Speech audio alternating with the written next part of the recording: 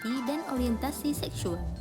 Identiti seksual melibatkan aspek psikologi dan ciri-ciri tingkah laku berkaitan dengan seseorang individu, sama ada lelaki atau perempuan.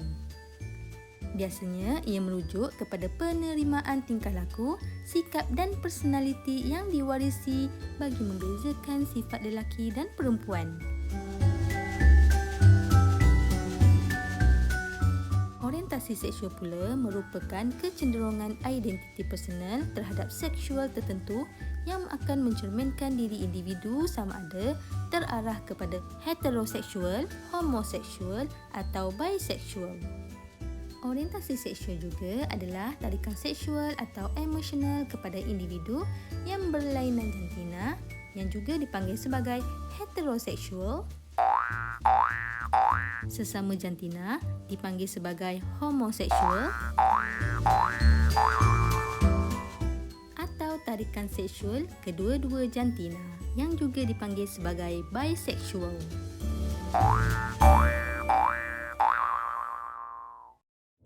Kecelaruan identiti. Bolehkah Dr. Mimi menjelaskan langkah-langkah untuk menangani kecelaruan identiti dan orientasi seksual dalam kalangan remaja masa kini? Terdapat beberapa cara bagi remaja menangani masalah ini, iaitu dengan mengelakkan cara hidup yang tidak baik seperti suka berfoya-foya. Selain itu, mereka juga perlu bergaul bersama rakan-rakan ke arah yang positif dan mengelakkan daripada terjebak dengan rakan-rakan yang tidak berakhlak. Mereka juga boleh mengelakkan daripada menggunakan media sosial untuk perkara-perkara yang negatif.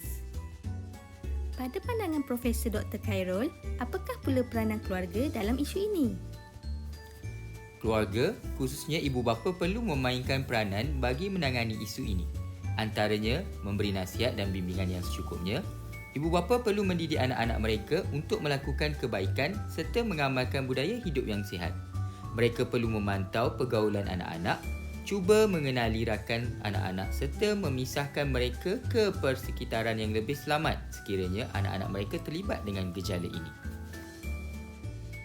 Dari sudut agama pula, apakah yang Ustazah Mariam cadangkan dalam mencegah isu ini daripada berlaku? Anak-anak remaja ni perlu diberi pendidikan agama yang mencukupi agar mereka tahu membezakan hukum halal dan haram sesuatu perbuatan yang dilakukan. Sememangnya, semua agama sangat mementingkan perbuatan dan tingkah laku yang baik serta memberi panduan tentang cara hidup yang betul.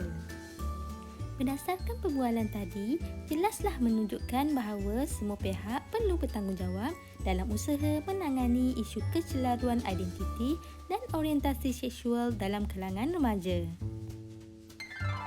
Kehormatan diri. Kehormatan diri berkait rapat dengan aspek penjagaan serta amalan kebersihan, keselamatan dan kesihatan diri. Hal ini adalah bertujuan untuk memastikan kehidupan seseorang individu akan lebih selesa dan sempurna. Kepentingan menjaga kehormatan diri. Kita perlulah menjaga kehormatan diri agar tidak mudah terpengaruh dengan amalan atau gejala negatif. Apabila kita menjaga kehormatan diri, pastikan diri kita akan disanjung dan dihormati. Mereka yang menjaga kehormatan diri pasti mampu mencapai kejayaan yang cemerlang dan berterusan. Konsep kehormatan diri. Salah satu aspek kehormatan diri ialah keselamatan diri. Oleh itu, kita hendaklah memakai pakaian yang bersih dan sesuai, tidak mencolok mata bagi mengelakkan diri daripada niat jahat orang terhadap kita. Elakkan diri daripada berkongsi pakaian, tuala, sikat atau peralatan lain agar sentiasa terhindar daripada penyakit. Selain itu, kebersihan diri dapat mewujudkan suasana yang harmoni dan selamat dalam keluarga dan masyarakat serta dapat meningkatkan maruah dan kehormatan diri. Kesan jika seseorang individu tidak menjaga kehormatan diri.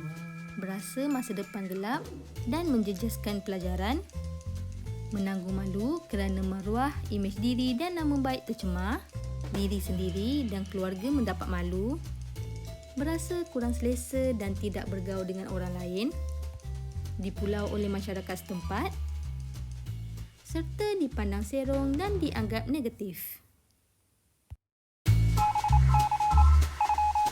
Bye, jumpa lagi.